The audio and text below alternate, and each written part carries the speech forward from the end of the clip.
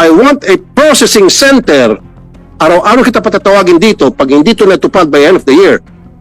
O kasi dyan nakakatakas po yung mga fugitives. Aliceguo, katakas na. I think I've heard nakatakas siya using that system na ginamit ko. Meron po akong nakalap na may impormasyon na napakadali po tayo mapasok ng mga international terrorists. Madali po tayo malusutan ng mga kriminal na pinaghanap ng batas. Yung mga na-convict na dito at wanted, kaya palang lumabas. Nakita ko na po kung saan ang ating pagkukulang sa mga airport. Pasok sa gate, diretso sa tarmac, akyat sa aeroplano. Darating yung CIQ, customs, immigration, quarantine. Titingnan lang yung passport mo ka. Wala man ng inspeksyon sa kanilang mga gamit. Walang frisking. Walang gadget. Ang gamit cellphone namang Viber. Titingnan, pakicheck na ito kung itong si ganitong passport number, okay ba ito? Tatawag, okay yan, okay, go. Opo. Walang CCTV. Hindi sila dadaan sa CCTV. So that's why I'm telling you, I want a processing center. Araw-araw kita patatawagin dito pag hindi ito natupad by end of the year or at least next year. That processing center dadaan din sa butas ng karayong lahat ng mga pasahero na lalabas ng ating bansa.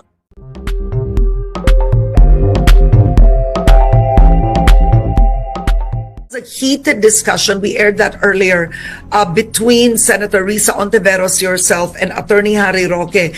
Based on that initial hearing, what has come out? Because Chairman Altenco said that when he met Attorney Harry Roque did not present himself to be the legal counsel of Lucky South, but he came to the office to assist the lady that you had mentioned in the hearing. Cassandra Ong. Well, Cassandra Ong plays two different roles at the same time. One as the owner and representative of Whirlwind Corporation, which is the lessee of the land and where all the POGO hubs in Porac was located, all the buildings in the POGO hub in Porac was located. And then she is also the official representative of Lucky South 99, which is the applicant for POGO. So she plays two roles. My understanding when Chairman Altenco narrated that story was Cassandra was there in PAGCOR playing the Lucky South 99 role because she was following up the license of Lucky South 99, and that's why they discussed about the arrears and the amounts of money that they have to pay, and that is my understanding regarding that story. So, do you believe at the end of the day, Attorney Harry Roque, in his either professional or personal capacity, was assisting, helping Lucky South 99? Well, in fairness to Attorney Harry Roque, lawyers have clients, and that's normal. They have clients. They engage. They are engaged by companies, by individuals to perform certain tasks, whether legal or other tasks. That's part of their services.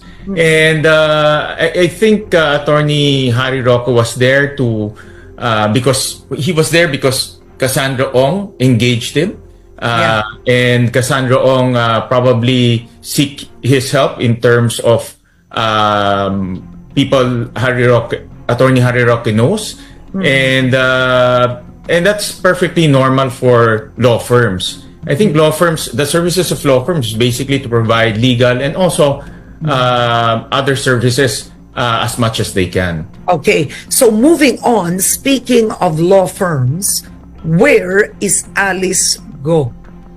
Well, that is what did the law firm say? Well, the law firm of Alice Go is not saying anything. They kept quiet for a very long time, and we have various information about her whereabouts, about her location. I can't divulge it right now because everyone is looking for her But what we moved in the Senate is to already file a formal complaint against her using Article 150 of the Revised Penal Code. And this is for disobedience to summons by Congress. So, in other words, we will be taking this to court because she blatantly disobeyed the summons from Congress and thereby ignoring the arrest order that Congress or the Senate issued. And this will be a formal complaint already. So she will be compelled to attend the court proceedings and hopefully show up personally. Would you say that, frankly speaking, she just chose not to show up after she's been exposed and found out? After that expose that you and Senator Risa Ontiveros essentially had on the NBI's fingerprint, that she and the Chinese person were one and the same? Well, definitely, she's. I think part of her strategy is not to appear anymore in public, and this is to relinquish herself of being compelled to answer questions and to really answer the evidence that is being shown in the Senate. But she cannot do that for a very long time. Eventually, the long hand of the law will catch up with her. And what if she's in China already? Well, as I understand, China has a very strict law on gambling. In fact, when we were conducting this hearing, we read in the Chinese law that anyone who participates in gambling and who even just mere employment in gambling can be prosecuted and put in jail. So even though her parents are there, one of her siblings is already in China. If she goes there, there's also a possibility that she will be apprehended because she participated in gambling here in the Philippines, targeting Chinese citizen. Okay. But then again, everything is a possibility right now, Karen, because we don't know where she is, no? Basically. And everything is a possibility right now. Okay. Now, I think you partly heard Chairman Altenco's interview on winding down POGOs, right? Essentially the IGLs that are left. How would you want to see this happen? What is the process that you would want to see, given that there's 6 months to fulfill the president's order? Actually, Karen, when we recommended to ban POGOs last March 2023, we looked at the activities in closing down POGOs. We look at what are the major activities that POGOs need to undertake, what are the major activities that government need to undertake in order to completely ban POGOs in our country. And the first order of business should be the 20,000 Filipinos who are working directly in POGOs.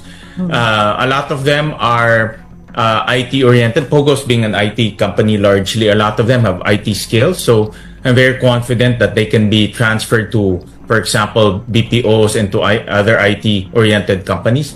But of course, there are rank and file and utility level personnel that we need to find jobs for them. And that's why we are recommending to DOLE to come up with a skills analysis. Which people we can transfer immediately to BPOs, which personnel that we need to give temporary employment or temporary assistance in order for them to find jobs. So that's the first order.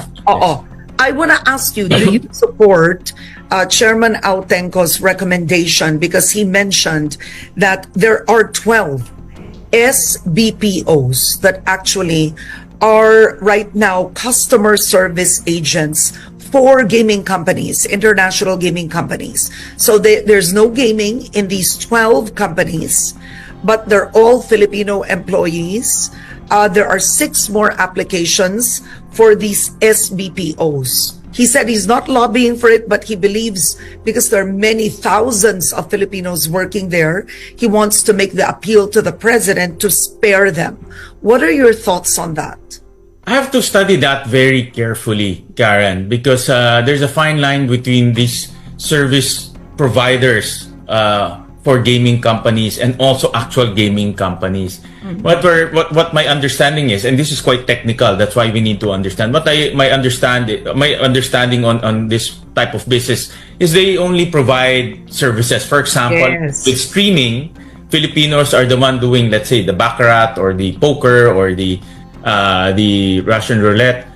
But the actual betting is happening outside of the Philippines, or another company is actually getting the Yeah. betting. Yeah, yeah. But then again, there's a fine line to that, because you can actually merge these two entities and become one gaming company. But how easy is that to happen? That's something that we need to analyze, because we don't want a scenario wherein we allow that, but eventually they'll again morph into a gaming company and again solicit gaming or solicit bets from China and from other jurisdictions.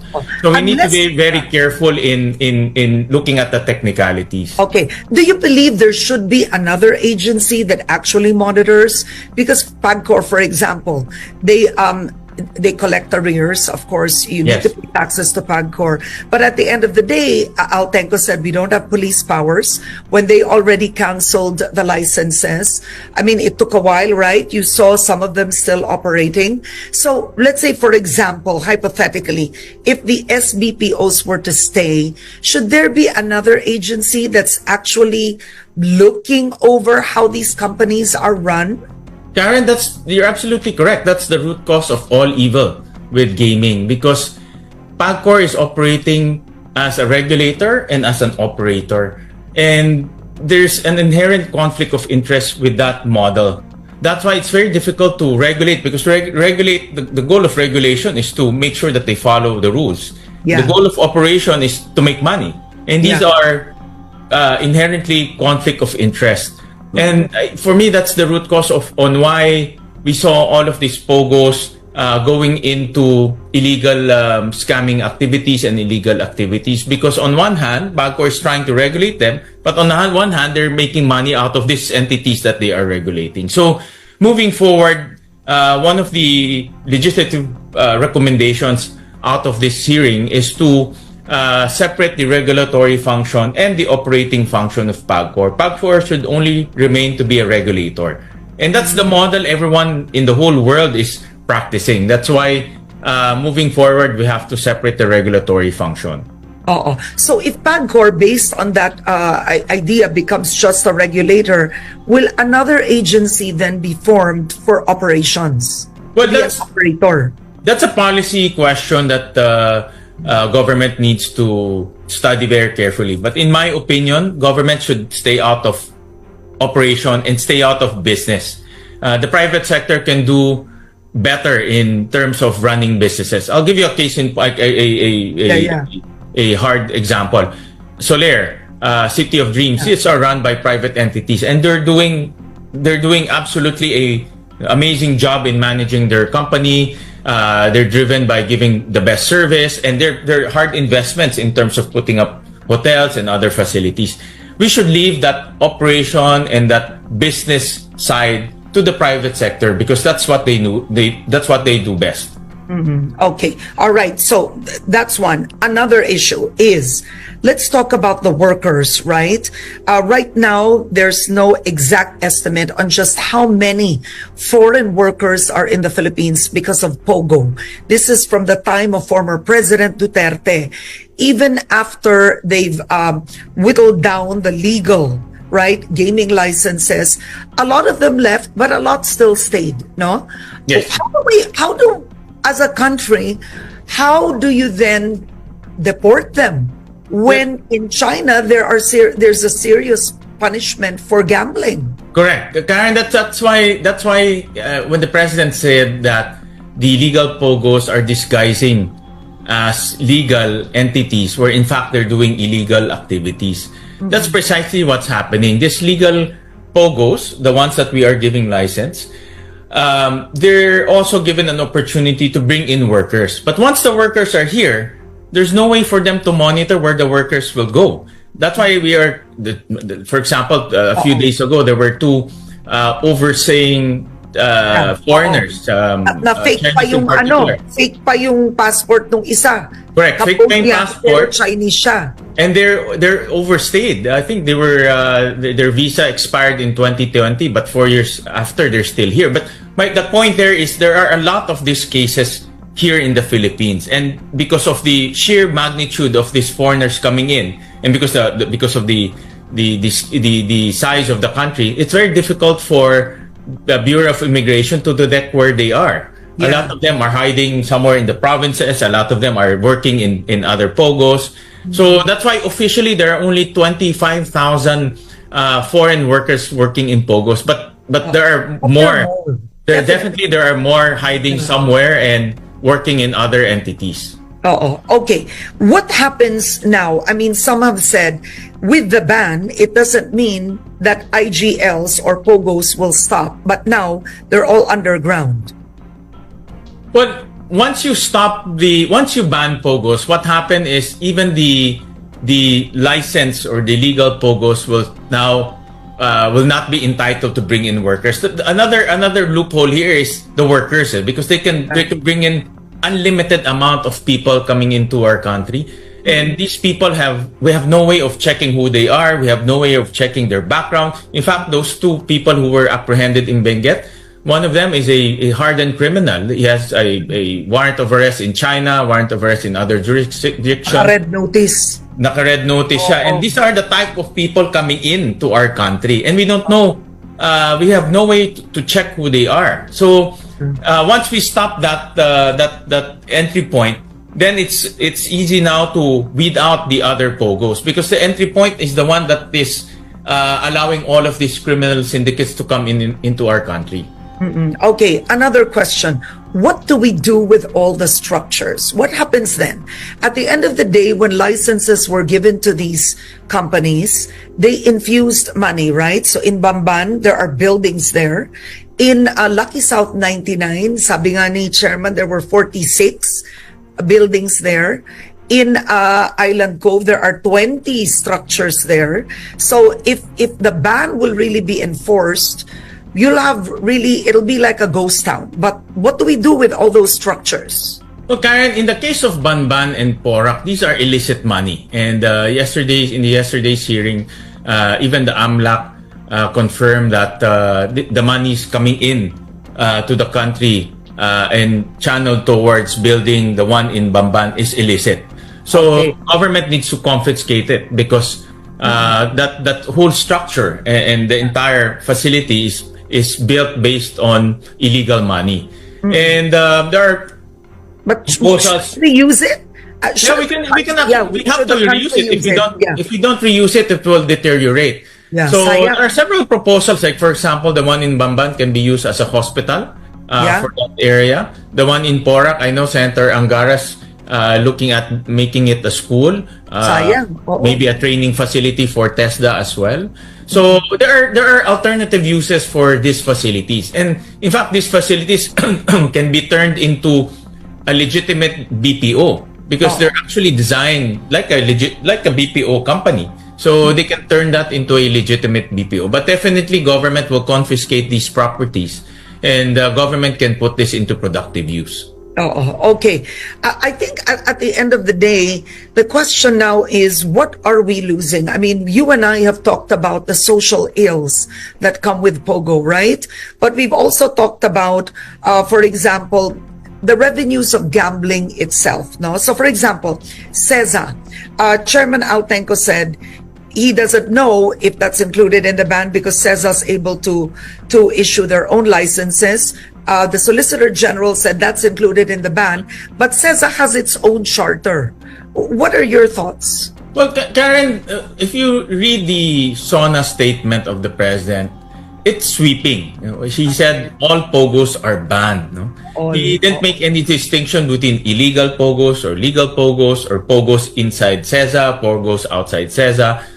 All POGOs are banned. So with that policy statement, all types of POGOs, or POGO companies operating the Philippines, regardless where they are, cannot operate anymore. So that's very clear with the instructions of the President. Oo. All right. Anything you want to add, Senator, before we go? Well, Karen, that's important to address the 20,000 Filipinos who are working directly in POGOs. We'll be focusing on that. We will be making sure that they have assistance. In the 2024 budget, 18 billion was allocated for temporary employment, and we will make sure that they have access to that temporary employment assistance. All right. On that note, as always, Senator Sherwin Gatchalian, thank you for joining me today, sir. We do hope to speak with you again. Thank you. Thank you very much, Karen. Para sa iba pang karagdagang mga balita at impormasyon, ay huwag po nating kalimutang mag-like, share at comment sa video na ito, at huwag po rin nating kalimutang mag-subscribe to continue supporting us. Maraming salamat po sa inyong panonood, at naway tangkilikin po ninyo ang aming YouTube channel.